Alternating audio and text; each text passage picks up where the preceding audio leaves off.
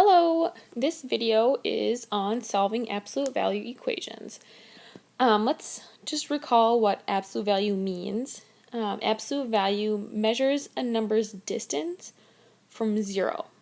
That's something we're going to have to keep in mind as we work through some different problems. So let's look at a couple possibilities. So there are three different things that could happen when you're working with absolute value. The first is that you have the absolute value of x is equal to some positive number. It can be any positive number. It can be 1. It could be 23 like I have in the example. It could be a million. It's just any positive number. If that happens, if we have the absolute value of x is equal to a positive number, we know that we need to end up with two solutions at the end. And the reason that is that if we think about our example here, the absolute value of x is equal to 23, we're looking for some number here, some number x that's 23 spaces from 0. So there's two possibilities here. Our x could be positive 23 or it could be negative 23. Hence why we have two solutions. Now if if the absolute value of x is just equal to 0, we only have one solution. So in our example, if we have the absolute value of x is equal to 0, well, we're looking for a number that's 0 spaces from 0. The only possibility is that x, let's fix that. The only possibility here is that x itself is equal to 0. The last thing is that the absolute value of x could be equal to a negative number. Now we know absolute value measures a distance from 0. So when we talk about distance can never be positive. It can never be negative. So if you get the absolute value of x is equal to a negative number, there's actually no solutions. There's nothing to solve there. There's nothing to do. There's no solution. So when we're looking at problems, all you need to do is get your absolute value by itself. So if we look at the equation on the left, absolute value of x plus 4 is equal to 8.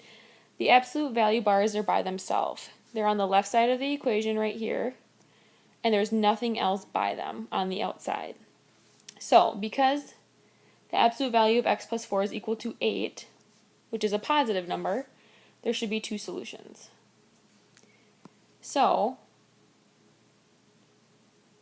I know that I am looking for two solutions here. So I just like to make a note. So two solutions. So I know that in the end. So what I'm going to do is actually split this.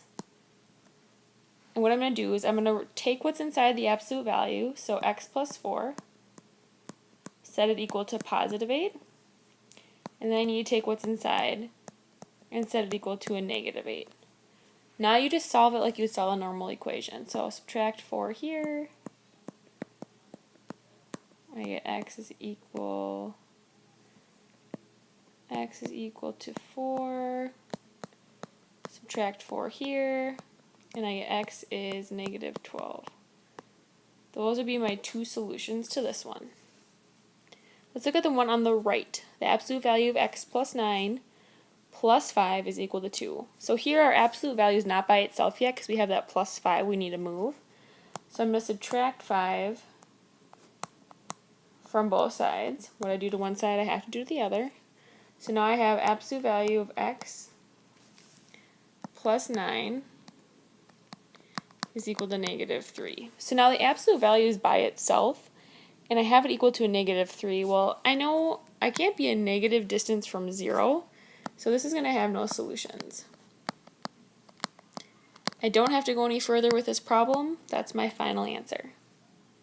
Let's look at one more example. We have the absolute value of x minus 3 plus 6 is equal to 6. So again, the absolute value bars are not by themselves yet because we have this plus 6 over here. So I'm going to subtract 6 from both sides. I get absolute value of x minus 3 is equal to 0. So remember, whenever we get it equal to 0, we only have one solution. So it's not like a positive where we have two solutions and have to split it. We're just going to get x minus 3 is equal to 0. And from there we will solve. So I'm going to get x is equal to 3.